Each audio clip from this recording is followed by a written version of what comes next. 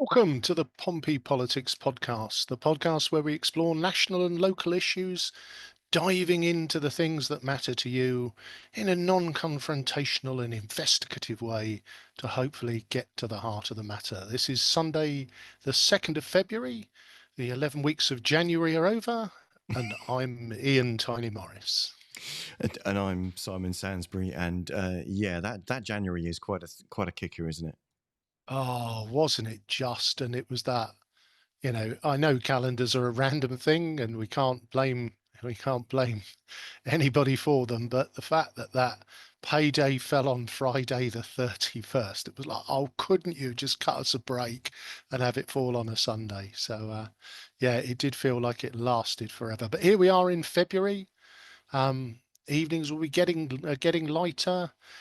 There's the roller coaster of the Portsmouth City Council budget to come later in the month. But this evening we are looking back, brackets, hopefully not in anger.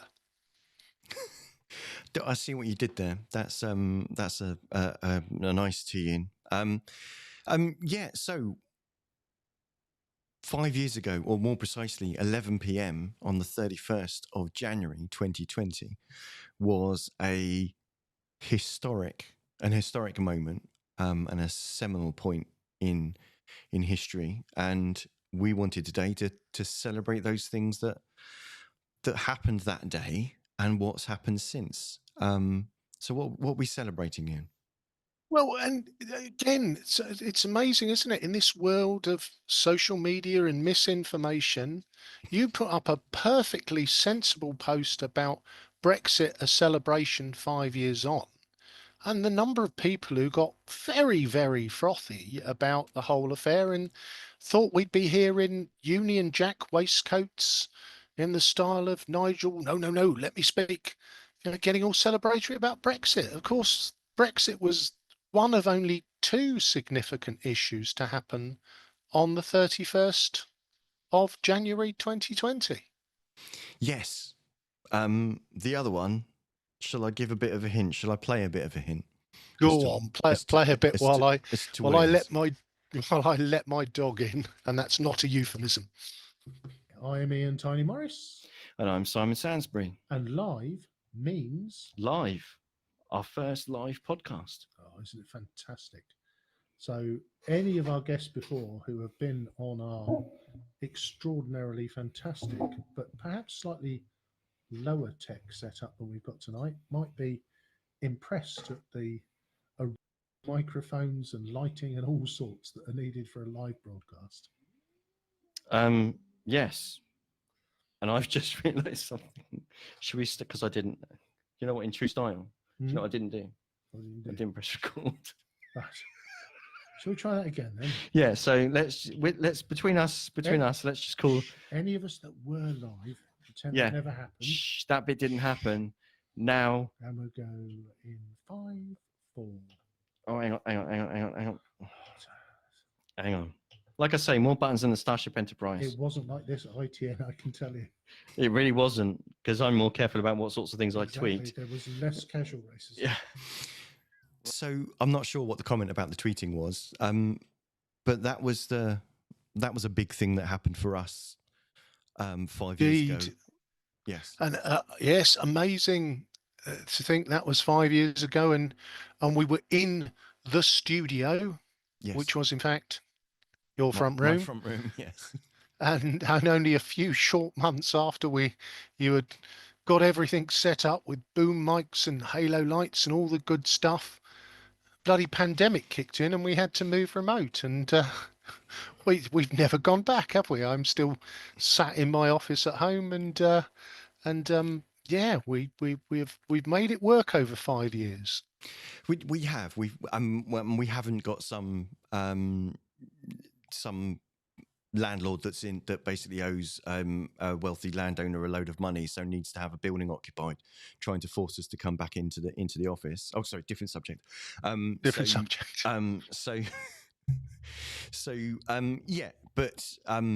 Yeah, to be fair, yes, apart from that being our first ever live stream, and you can see just how kind of cobbled together that was that night, that literally just being sent through Facebook Live. Since then, we streamed to different places. But there was an event, of course. I know we've teased, but there was an event, of course, that caused us to decide, in our own insanity, to take to the airwaves for, I think, for all an audience of all of 2 people at the time. At 11 o'clock on a Monday. Was it a Monday evening? I think it was a Monday evening. It was a Monday evening. Yep. Yeah.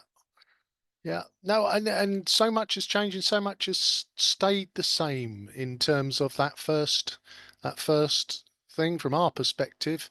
Um, there was the false start on the technology, and there are very few weeks go by where Simon doesn't say to me, "Look, don't worry, I've completely rewired everything. I've stuck a spoon into the mixing desk and poured a mug of Ovaltine over it, but I'm pretty sure it won't make any difference." So the technical challenges still persist, but we've got a few episodes out since then, and we've had some guests as well, haven't we? I think we've had 2 MPs, the police and crime commissioner, deputy police and crime commissioner, and a whole host of local political luminaries who have come and joined us over the time. So I'd like to think we've covered a few bases. We have indeed, and just to assure MJM78, although we may look like Maltesers, we're definitely not EDL members. So apologies for any assumptions that may have been made there. But yeah, we did before basically Rona did for us what it did for everyone else, and send us all scurrying to Zoom. And other forms of virtual platforms, other forms of virtual platforms are available. Yeah, so yeah, we've invited many people round to have a biscuit or to have a cup of tea and to talk through local politics with us. But since then, it's all been done remotely, and that's actually been great guns. But yes, that night, did anything massive happen? I can't remember. Did we have like a chiming of the clock at 11 o'clock and expect the world to We end, or something we different we to say? did, and I think we checked outside to see whether We anything stopped and had a look. significant we could see anything significant had happened, and nothing did. And I guess so. When we look back over the last 5 years, it's one of those. It's an interesting thing, isn't it, in terms of Brexit, in that there was so much passion at the time, and we'll come on to talk about there still seems to be so much passion now. And again, even if we look at we got a few comments below the Facebook post, which most people seem to misinterpret. There still appears to be quite a lot of emotion. It almost feels still quite raw for quite a lot of people. Yeah, and I think that's understandably so, because I mean, it's the biggest political event that's certainly happened in my lifetime. And considering how much a disagreement that there's been over one side or the other, and how long it took different prime ministers or different flavors of Conservative prime ministers to get Brexit done, for want of a better phrase. If that's a registered phrase, I'm not paying him any money. Then I don't know. I thought I wouldn't have been able to. I thought I would have been overwhelmed by the constant celebrations of all of the things that have gone so well. But in reality, that's not happened. But at the same time, it's also a non-conversation. So it seems a really weird thing. I guess If is I'm it honest. worth I guess is it worth us just going back a little bit, because I don't want to be I'm going to be blindly optimistic here and suggest that we might have some listeners that weren't with us from the very start, Mm-hmm. to kind of recap our own positions on that the whole podcast was born out of the Brexit debate, Yeah. and so, yeah, I guess, my position was that I would have preferred to remain. I was no great lover of the EU. I didn't like it as an institution, but there was always a view from my perspective that the pain of leaving um, was going to be worse than the sort of gentle inconvenience of staying. So I guess, at that point, it made me one of those sort of strange people within the Conservative Party. The Conservative Party was split at the time. And I was, again, I took some heat at the time for doing well, that's a cowardly approach. There was also a little bit of self-interest there. I was never shy about explaining that I was in a very well-paid pharmaceutical manufacturing job at the time, and I believed that should we leave the EU, that would spell the end for my employment, which it did. The plant closed and moved to Belgium. So there was an element from a personal perspective. I voted to remain. Woke up, was surprised to see that we had voted to leave, as I think were quite a large proportion of the leave camp. And I guess from my perspective, which got me some heat on social media, my view at that point was it was a heads or tails call. I called heads, it landed tails, and at that point we sort of had to get on with it. And therein lies so many Facebook arguments and getting banned from the odd group and having to go and sit on the naughty step as I interacted with people. But I'd like to think I'm a more mellow man now than I was. You are? Oh yeah, definitely, Okay. definitely. For those of you who don't have the video, I am my small cat is sat with me, which I'm stroking James Bond villain style. So take from that what you Yes. will. Yes. We were expecting you to vote to stay, Mr. Britton. Yeah, I mean, well, okay. I also voted Remain. Indeed, I lightly campaigned for Remain, and if I'm honest, I'm still hold the view that it always was the wrong solution to a different problem, and wasn't a good idea, and wasn't going to provide us with the things that that those that were selling it were going to. And I'd have loved to have been. I wasn't right about everything because that's just not the nature of life. But at the same time, I think sadly the government decided to descend into internecine warfare and not understand what it was that it was trying to do with itself, fight itself. How many prime ministers? Well, by the time we'd left, we were on our third prime minister, weren't we? Because we lost Cameron and then we lost Theresa May. And I think that's an interesting point just to pause there for a second, because a lot of the ranting on Facebook in the aftermath was bloody Tories dragging us out of Europe. And I do occasionally point out that Cameron rather led the Remain campaign, and you can say that he didn't lead it very well. And you can say that his counterpart, Jeremy Corbyn, didn't lead his side of the equation very well. But, you're right. It did for Cameron. Theresa, do you remember those confirmatory votes with Oh Theresa God, May? the endless confirmatory votes. I mean, the trouble is that it was a yes/no question. Yep. And actually, when it came down to it, there was more than one particular way or one particular interpretation of what that answer meant. If you asked three different people that were campaigners in support of leaving the EU, you'd get four different answers about actually what voting to leave meant. I mean, Daniel Hannan famously went on Channel 4 and said that no one was talking about leaving the customs union or leaving the single market, which of course we were, because that's the nature of what the arrangement was that we were in at the time. And no one was talking about that creating a border in the Irish Sea, which of course, and essentially and administratively, it has. So there are some, I'm not going to run through the kind of the list, because it's our mainstay is that we're not trying to be point scoring about it. We're trying to. Our conversation today also recognises that the first ever episode that we recorded that we never aired was us trying to discuss Brexit, and it was just a shit show of us arguing. Yeah, it was nearly 2 hours, I think, of an absolute. That one is I very needed a bigger much. SD card. Yeah, that one is very much in the dark archives, and we'll never see the light of day.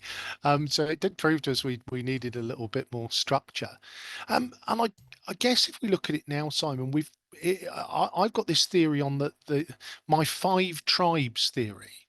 Okay, what's Uh, this? so my five tribes theory is that 5 years on, Mm-hmm. that the kind of the whole kind of issue was settled into five tribes, and the first is, which you touched on there, is the ardent Brexiteer, which is, well, that's not what I voted for. I can't believe the EHRC can still have a hand in British politics. It's a disgrace. Our governments have sold us out. That wasn't what I voted for. That ain't a proper Brexit. We need to vote for somebody else who'll properly take us out and build that wall in the English Channel so none of them boats can come across. That is my tribe one.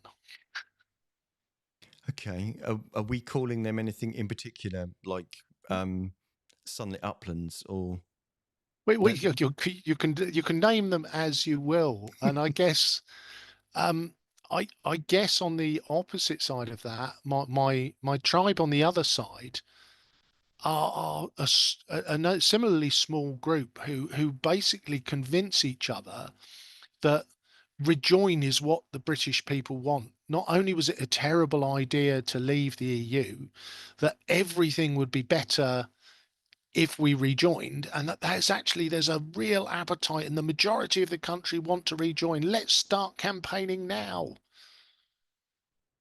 So, and those are the kind of two extremes. And then I guess if you step sort of inside those, there is the Brexiteers who are still in celebratory mood for Brexit, which is Brexit's happened. It was all worth it. It's a great thing. We are once again rule makers, not rule takers. The talons of Brussels have been extracted from our buttocks. Hooray for everything. Um, and on the other side of it, there is well, it's been a bit cold and wet since Brexit, and I keep losing my keys. I never lost my keys when we were in the EU. So you got four tribes there, and I think they're all quite small but quite vocal. The fifth tribe I is feel like pretty much if we had the money for the copyrights, we'd play a Frankie Goes to Hollywood song there. yeah. We need to redub it to five tribes, but I think the massive tribe in the middle is, oh, for God's sake, can we stop talking about this? We definitely don't want to run the debate again. We kind of are where we are. Can we all just shut up about it? Do you think The, that's where the majority are at? I think people got very. I think you're right that the majority of people have been in that position over the last couple of years. But I think as time's gone on, the effects are demonstrating themselves more and more, and um, the promises that were made have not translated into things. There've been 9 years to try and reach this fantastic mystical trade agreement with the US, and that seems even further away than I think it's more likely that Keir Starmer's going to be able to convince Donald Trump to rename one of his children Starmer than actually reach a trade agreement with the UK at the moment, because he keeps talking trade wars and tariffs and stuff. All of the other agreements that are around the world don't seem to have been any significantly any better than the ones that we had as members of the EU with other countries, and if anything, have kind of lowered standards. They seem to have stuffed farmers, stuffed fishermen. So I don't want all of. I'm just conscious that I'm kind of selling the negatives. I'm just conscious that if this was such a fantastic thing, where are all these people? Where's Farage isn't short of words to say, is he? Where's Johnson? He's never short of a word to say, especially when someone's trying to pay him, reminding us of all of these fantastic things, or these fantastic things should be self-evident, and unfortunately they're not. And to me, the crying shame is that it's the small businesses that have been harmed from trying to export to the EU, that have lost 500 million customers, or the ability to trade with them really easily without loads of paperwork, or all the vacancies in the NHS, all of the vacancies that farmers have from all of those things. I just think that sadly none of those promises turned out to be true, and as a lot of the argument at the time was very passionate, wasn't it? It was about, oh, you're this or that, and therefore you are or aren't a patriot, and therefore you are or aren't someone that's intimately related to a flag. But I do consider myself a patriot because I want the best thing for my country. I'm utterly convinced, and don't see any evidence that tells me otherwise, that actually it has sadly been an act of harm. And now I don't think in my lifetime we're gonna kind of see a rejoin, but it does seem that the words off of finding some way to remove or reduce those barriers is the only sensible and practicable way to move forward. But who knows? If anyone yeah. anyone watching wants to add their comment as to what they're celebrating from the last 5 years, that would be great, or their thoughts. But yeah, what were you going to say on that? Yeah, I mean, I guess my only, and this is an observation, because my position is that the leaving the EU was going to create, my position hasn't changed. Mm.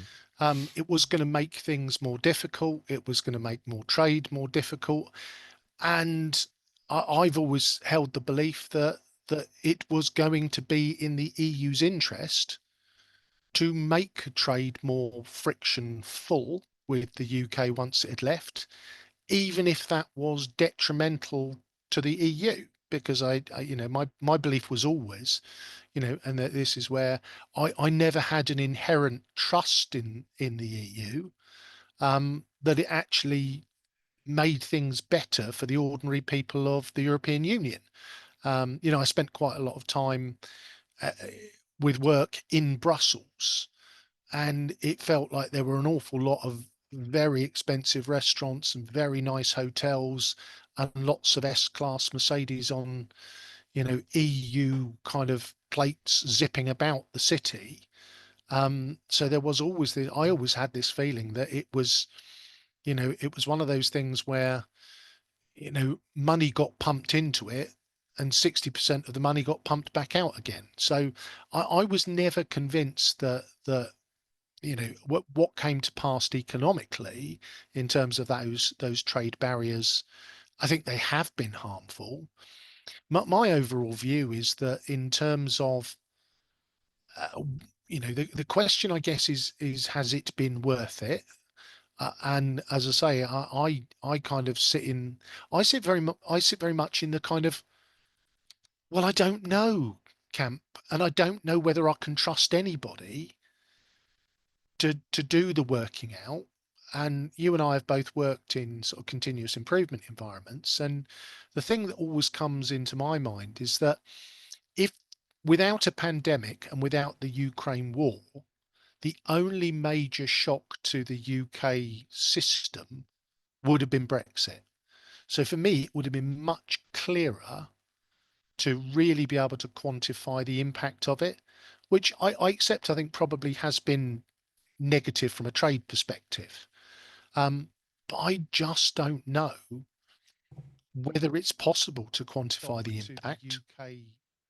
Oh, Yeah, sorry, that was me just trying to reply to someone on LinkedIn. So yeah, I can. Yeah, I mean, I get if you were trying to look at two different sets of data, you want clean data where in Group A there was only this thing happening, and in Group B there wasn't this thing happening, and there were no other things. But all of those other things that happened, the coronavirus and Ukraine war, happened in all of those other groups as well. So yes, all of the problems that we've got now aren't only aren't only because of Brexit. And I think anyone that is trying to claim that, to be honest, needs to give their head a bit of a wobble, because that's clearly not the case. There've been other things that have happened. My point is that that Brexit has exacerbated most of them, not all of them, yep, but most of them. And I think that had we not, at a time of what we didn't know was going to be massive instability, massive instability. No, we're going massive instability. instability. It just felt like that was wrong. Massive instability. We'd actually decided to, just before two major impacts against stability, and against key kind of wholesale prices and markets and all sorts of things. just ahead of those two very, very big impacts, we'd unknowingly decided to impose a massive dent in our own stability and our own financial Mm. stability. And as the saying goes, essentially we voted to impose sanctions on ourselves because we're not overnight, but we owe because of that change. Yeah. We went from having some very beneficial deals with the countries around the world as a member of the EU that quite happily, as a grouping of 600 million citizens, had a bigger weight than a country of 60, 70 millions. I'm sorry, that's just math. Yeah. So that was the thing, is that I was never of the camp of everything's awful because of Brexit. I'm just saying, actually, a lot of things were probably even a little bit worse because of it. Yeah, and I think interesting. I was this morning. I was on Goonsberg. They covered some of the sort of economic growth data of the last 12 months, and the UK grew by 0.1%, which was pretty feeble. The average across the EU was 0.1%. But interestingly, some EU countries, probably most of the smaller countries, seem to do quite well. But if you looked at Germany, France, and Italy, they all did less well in terms of that economic growth. So I think there is definitely, that there is definitely something to be said for, trying to reduce the friction in trade because ultimately, if we look back at some of those stories, oh, there'll be chlorinated chicken from the US and there'll be all sorts of deteriorations in standards. In broad terms, the UK and EU standards on everything still remain pretty much aligned. So there is definitely something that if there is a mindset between the two organisations to you know to look at where we have standards alignment to reduce friction on trade, Mm-hmm. it feels like it can be done. I just wonder whether the terms and conditions of that, you know, which you know which will be presented by one side as rolling over and playing tickle my tummy, and the bureaucrats will tell us how straight our cucumbers are allowed to be. I wonder whether there is, whether both sides can get to a more pragmatic position. Yeah, I think. I mean, I think you're right. I think the trouble is that part of it is political and part of it is practical. And from a Yes. practical level, there has to be an agreement to be made where, if not across the board, then maybe on certain sectors, then we Yeah. can agree to maintain alignment. Now, in those sectors, that would make us a rule taker rather than a rule maker. However, in some sectors, it's definitely in our interest to still have easy access to 500 million customers, and that we can trade with as if they were whales. That's certainly that's certainly in our interest. And I guess that sort of bespoke some bits in, some bits out deal, which is the sort of deal that Switzerland has with the EU. To be honest, they're quite kind of, they have a succession of bilateral agreements, which incidentally the EU is trying to get them to not do because it's a pain in the bum. That conversation could be had, and maybe there's that argument there. I do think that some of this is politically toxic, and some of the things that are probably needed to be done are difficult then for the government to do. But to be fair, at the moment they've got a stonking majority, so if they can do them quickly and have them in place before the next general election, when they might take a bit of a pounding, because a lot of this, although they've got a massive majority in seats, a lot of them have actually got quite narrow majorities. Mhm. So they're at risk of losing some of those. So they might end up in a second term where either they've got a much reduced majority, or indeed they might end up relying on other parties to confidence of supply or coalition. The dreaded C word. I can Mm. see Liberal Democrats shivering up and down the country with the mention of the Ooh, word coalition. But there's more than one way to skin a cat, as I guess is what I'm trying to say, is that Yeah. on one hand, you'll have for want of a better phrase, the European purists that would want to get back into the EU as quickly as possible. And I can see that argument. And the longer we take, the greater the danger that we diverge. And the more we will diverge, the harder that would be. So there's that kind of argument. And on the other hand, there's the Brexit purists of this wasn't a real Brexit. It's not really been done. You've lied to me. We've not done all the things that we should have done, despite we've not got any sign of a sniffing agreement with the US, and all of the things that I said earlier on about the trade agreements that we have been able to make. The reality's got to be somewhere in the middle, right? There's got to be something that fits those sort of circumstances. And if we are over the course of time on a slow and painful path back into the EU, if that's what the country decides it wants to do in the very future, for me the most immediate thing are the critical problems that cause issues for businesses with exporting, problems for farmers, with exporting, and fishermen with exporting, but also with farmers with kind of access to temporary labour. Those those things can all be kind of thrashed out without you necessarily having to sign up to all of the four freedoms of the freedom of movement, of goods, services, and money. So I think there's something to be had. It's just a shame that it's been made such a toxic issue that we can't have a reasonable conversation about it without someone shouting from one corner of the internet about it being a betrayal. Yeah, I guess the only other, and just an angle that I do wonder whether we explore is, we see the EU as, there was talk, wasn't there, about, the UK will be first and others will follow.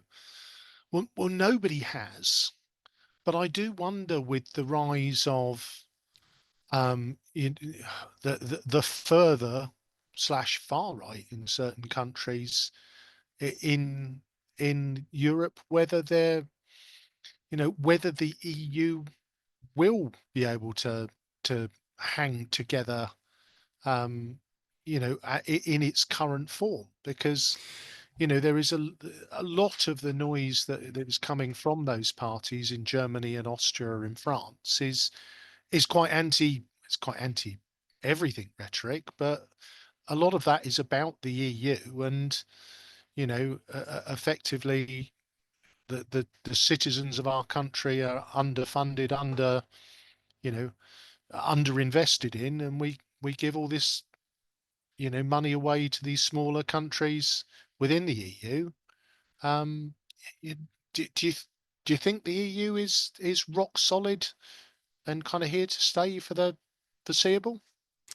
Um, I, I, yes, is the simple answer to that. But I think you're absolutely right that the EU in its current form won't continue because it never has. It's always been an evolving organisation. When you look at what it was as the EEC, or you look at what there was in 1975, A common market. it formed of the common market, and actually it originally formed of the need to coordinate purchasing of coal and steel, so that it essentially made it so that no European country could amass as much coal and steel that it would need in order to be able to go to war with another one.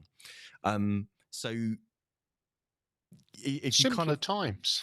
yeah, what it was at the time, but that's the kind of thing, so it has always been evolving, so it will always need to evolve.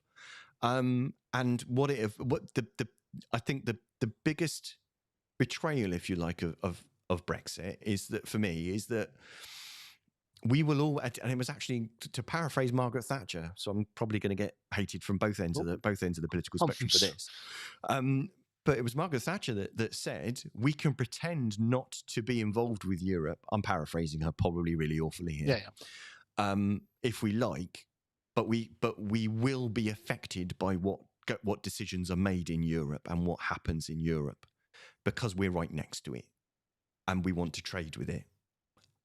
So to not have a say is really short-sighted. And essentially, of all of the things that woman said and did, that's a statement that I agree entirely with the sentiment of. I mean, I know she did in later years lots of arms folding and no, with regards to the EU. But I think if you've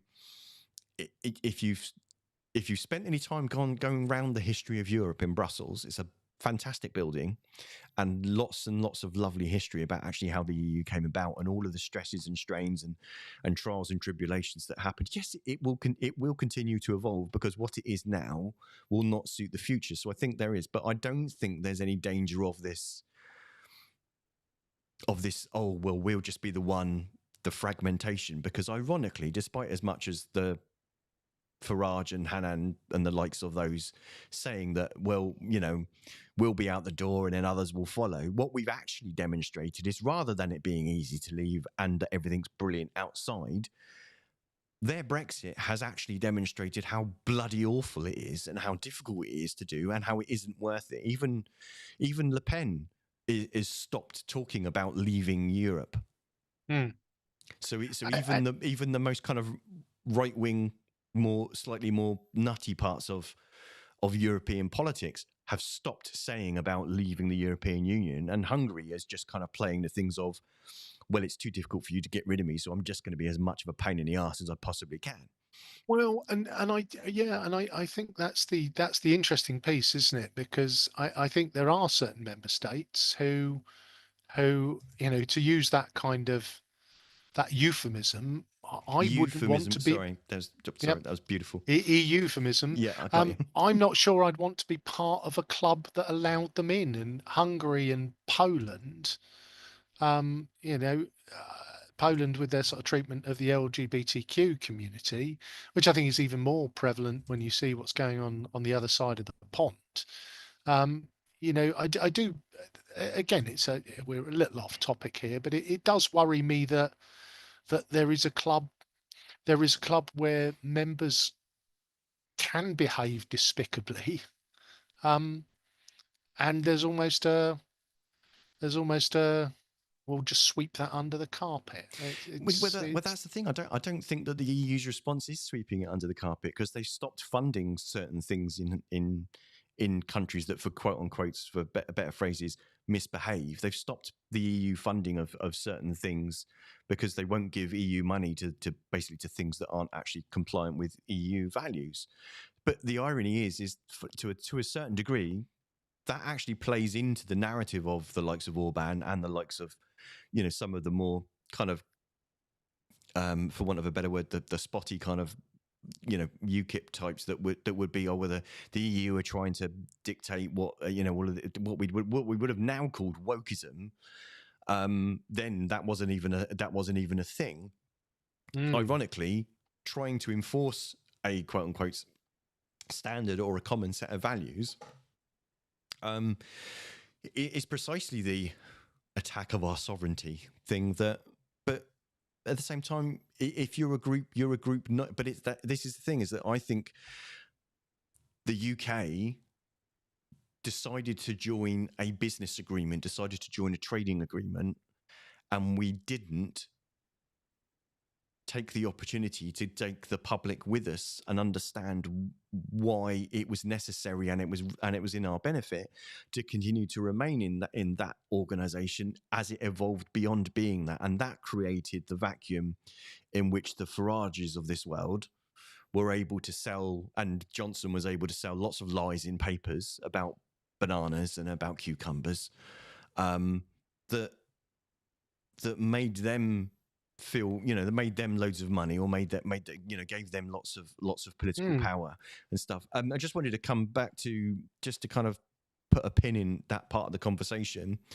We did have a comment about talking about the tariffs. So I just wanted to kind of reach that. So Drunk Delilah Brewery said the UK EU Trade and Cooperation Agreement, the TCA, is set to end with a 5-year review, so which kept trade pretty much the same as pre-Brexit. So it's due for renegotiation this year. So we could, this is I guess then the point that we could start to see tariffs if an agreement isn't made. So I guess that's why there's this natural kind of there's this natural renegotiation point. So, but I also think that we'd be bonkers to think that the EU is up for spending another 3 years in Yeah. British navel gazing. They'll probably just tell us to look. Can you possibly sort your shit out and come back when you know what you actually want? Yeah, and I guess the other thing, seeing as we've touched on tariffs, is obviously we've got Boris Trump's Donald's favourite word, the T word. Apparently, tariffs, beautiful thing, the most beautiful thing in beautiful the word. world. So Beautiful word. beautiful word. So he's whacked 25% on Canada and Mexico and 10% on China. I don't know what China did to get a discount. And then I saw footage in the week when he was asked about the EU that his words were, the EU has done terrible things to America, and they pushed him on, well, will you be imposing tariffs? And yes, was his answer. And I guess that's going to be it, and again, who can know the mind of? But I guess and that's where it could be interesting if the Donald opts to put tariffs onto the EU, but his new mate Starmer, they're in a little bit bromance earlier this week. We finally mentioned his name. It'd be very interesting if the UK didn't get tariffs put on us. So I think see that, and I think that's an interesting point because the UK always seemed like a cultural and diplomatic bridge between the US and Europe. That always Mm. seemed to be our function to serve, and possibly to a degree militarily as well, I guess, and intelligence. But can we be that again, considering how much we've pissed off our nearest neighbours, and how disloyal he can be? But he seems to have a really particular thing for the royal family, and seems to hold them in high regard. It's interesting that he who must not be named, who owns X, has fallen a bit silent of late about matters British. Did you notice that? Well, I did. Well, I mean, I don't follow. I came off of I came off of X myself because it was at a point where, again, I was much more interested in sport and funny and the rampaging ranting of what got pushed into my feed. I just thought, oh, yeah, I can live without this in my life. So exited stage left. So no, the fact is that Mr. Musk and his mutterings of madness seem to have fallen quiet. So no, and I guess that this is the trouble, isn't it? When you're, you know, I think Nikki, my wife, your sister, has said quite often with these things, it's like playing chess with a pigeon. Yes. Which is that it doesn't matter how you play the game, the pigeon is going to knock all of the pieces over, shit on the board, and then tell you that it's won. Yes. So you kind of, you know, you've kind of just got to roll with it at the moment. And I think, I just coming back to a point you made about Labour and I you can look at that through the lens of, if Labour did want to force through closer links with the EU, which wouldn't have been a very Corbyn thing to do. 7 out of 10, as I recall. I guess the one thing that would do would give, absolute grist to the mill of reform. But then I do wonder, and it's my muse, whether actually politically it would probably be better for Labour to throw reform a handful of grist, to keep the vote split on the right. Well, that's the old chess adage of you play 3 moves ahead, or whatever it is, which I can never quite manage. So yeah, I mean that's an interesting dynamic. That's some of the bit that kind of boggles my brain is that, to a degree, the government seem to be behaving as if they're really on their skids, and they can't really get anything done, but they've got a massive majority. I mean, yes, Well, there's no money, and basically the economy's in the toilet, and the Conservatives seem to be on a different varieties of planet loon, to be really honest with you. But I don't quite understand why they're not. I don't expect them to be, kind of celebrating and everything's going to be better now, in the same way that when Blair came to power in '97. It's definitely not that environment. But from a point of view of, could we just kind of understand that actually, yeah, we do have some ideas about how to make things a bit better for people, and we've got some ideas, and some of it's going to take a little while to do, but we've got this. I don't quite know. Maybe, but Yeah. again, we do live in a world where there is a constant barrage of media that is absolutely fuming that the Conservatives lost the election, despite it being quite clear that they deserved to, because everything that they'd fucked up in the previous period, including doing themselves over. They just obviously weren't really fit to continue governing, surely. And then No. most people in July voted anything but you. Didn't they Well, really? Rather well, than, and yeah, you yeah. know, And again, beautiful stat. I love a stat, and okay. the fact is that Labour, you know, didn't get any more votes. You know, they got very similar to less than they got in 2017, almost exactly the same as what they got in 2019, and ended up with 400 odd seats. It's an oddity of the Yeah, system that that one that one could argue that just points to first past the post being. well, and I hear you ripping the lid off an economy family-sized tin of worms are there, getting ready to empty them on the table. But I'm going to have to raise a hand and say stop, so that Yeah, that's a this different episode. Brexit episode does not turn into an hour and a half of based ranting. No, I No. think there is a piece where, if we just close out on these discussions with the EU. I believe they're starting tomorrow. It would be ideal if we get to more frictionless trade. I do, who can know what will happen with the tariffs from America and not I've got to be honest with you, Simon. Sometimes we can be a bit insular in the UK. When I saw those figures and I went and did a little bit more looking around sort of how the rest of the economies in the developed world are doing, your kind of phrase of, the economy's in the toilet. I think that's not an unfair statement, but it's not the only. And No. again, I don't No. want to be the race to the bottom toilet. We are getting there, but it's kind of everyone else is in a similar small boat crossing the channel. I've mixed so many metaphors Yeah, you've there. mixed so many metaphors, and you've gone for the small boats across the channel thing, which is just exactly. Oh man, Exactly. So you were going to rip your head off. You were going to do the PR thing. I'm doing the boats across the channel thing. We'll both tell each other to stop. Yes. So shall we close out by just saying what we're celebrating of the lot? Have we got any? What's our things that we want to celebrate from the last 5 years? Yeah, I mean, for me, I think there is I am.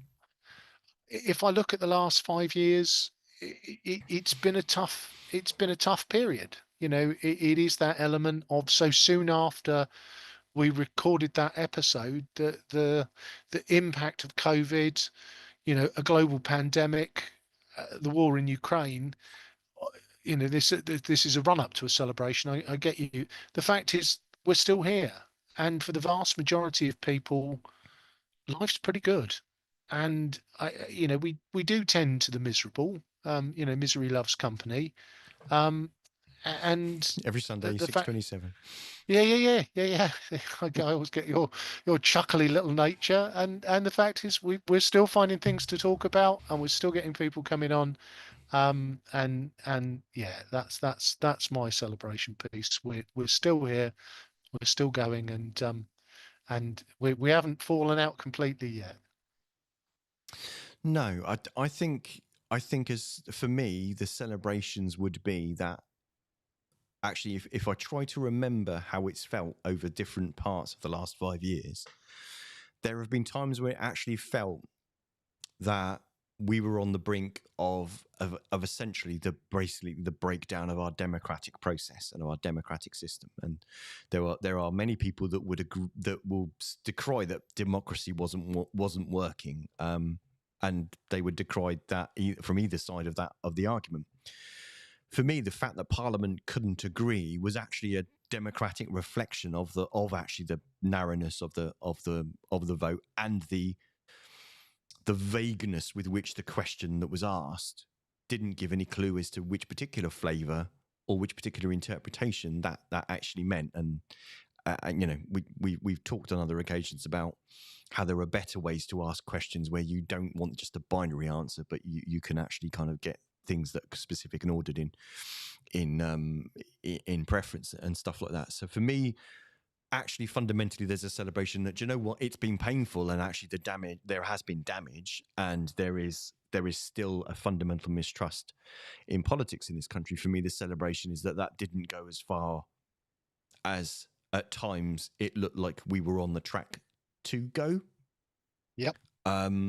Yes, I will celebrate that actually the worst predictions of what would happen when we left did not come true. And to me, that's a good thing. Anyone that was reveling in that idea, I'm sorry, get your head read. And I'd like to celebrate that actually running a country by 3-word slogans and press releases and deception and guffawing hasn't worked.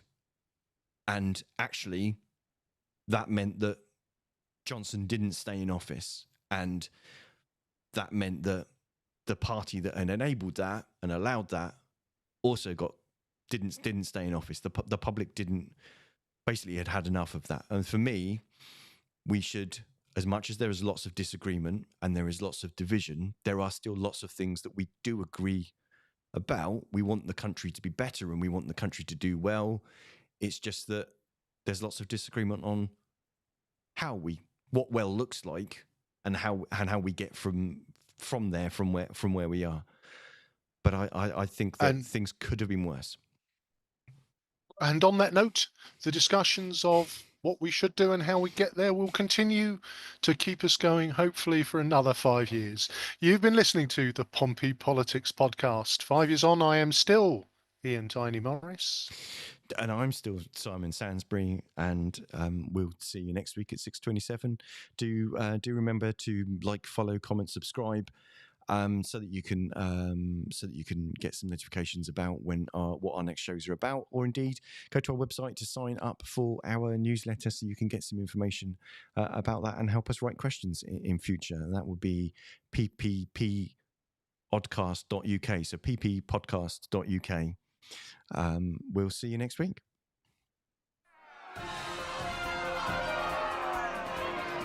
Don't forget to like, follow and comment on Facebook, or comment and subscribe on YouTube. Find us on all the social media platforms: Facebook, X, YouTube, Threads, LinkedIn.